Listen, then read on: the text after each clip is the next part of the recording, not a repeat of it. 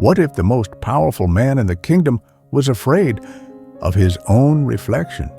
Not of war, not of enemies, but of one painting that could decide how history would remember him. This king ruled a peaceful land. People trusted him. They slept safely because of him. Children played in the streets.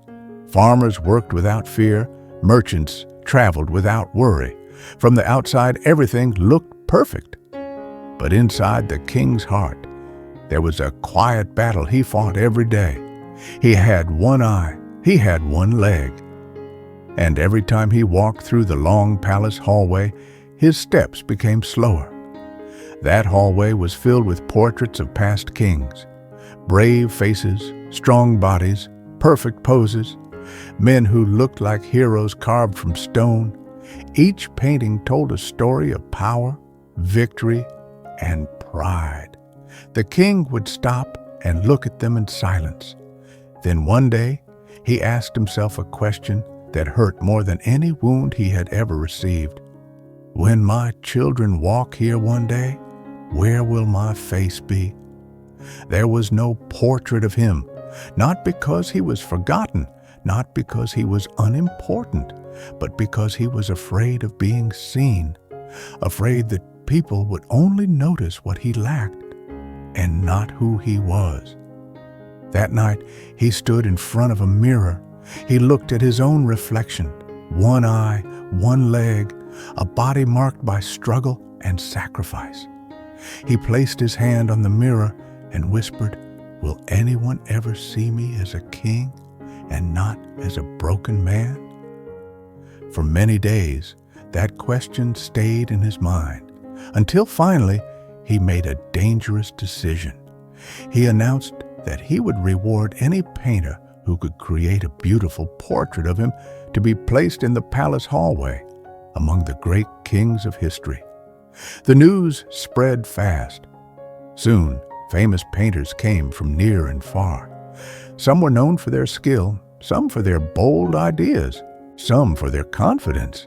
But when they saw the king, that confidence slowly disappeared. They whispered to each other, "How do you paint one eye, one leg? What if he hates it? What if he gets angry? What if this costs us our lives?" One by one, they made excuses. "Your Majesty, I am not feeling well. Your Majesty, I have another important job. Your Majesty, I am not worthy of this honor."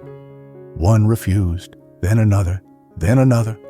With every excuse, the court became quieter, until finally, silence filled the hall. No one was left. Then, in that silence, a young painter stepped forward. He bowed and said, "Your Majesty, I will paint your portrait, and I promise you, you will like what you see." The room froze.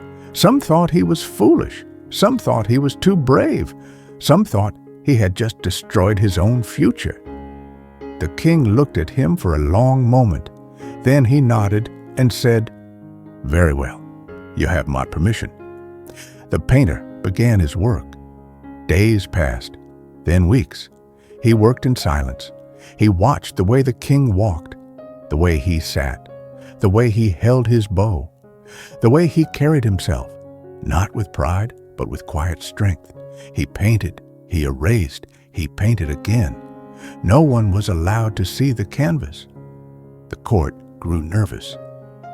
What if the king hates it? What if the painter is punished? What if this ends badly?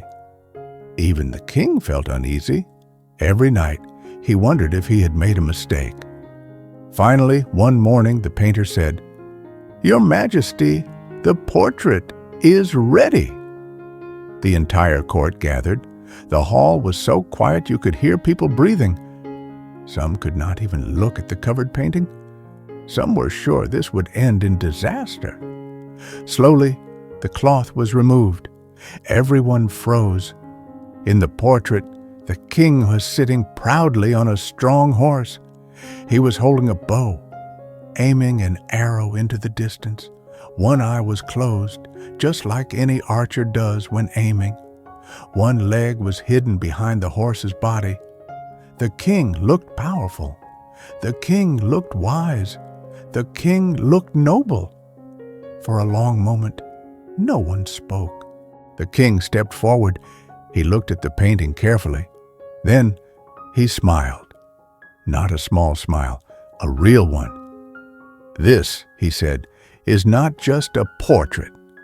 This is how a king should be seen."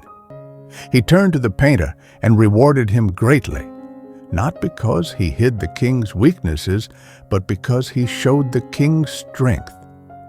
Because everyone has weaknesses, and everyone also has something strong and beautiful inside them. And when we learn to see people for who they truly are, not only for what they lack, even fear can turn into respect, and even flaws can turn into dignity.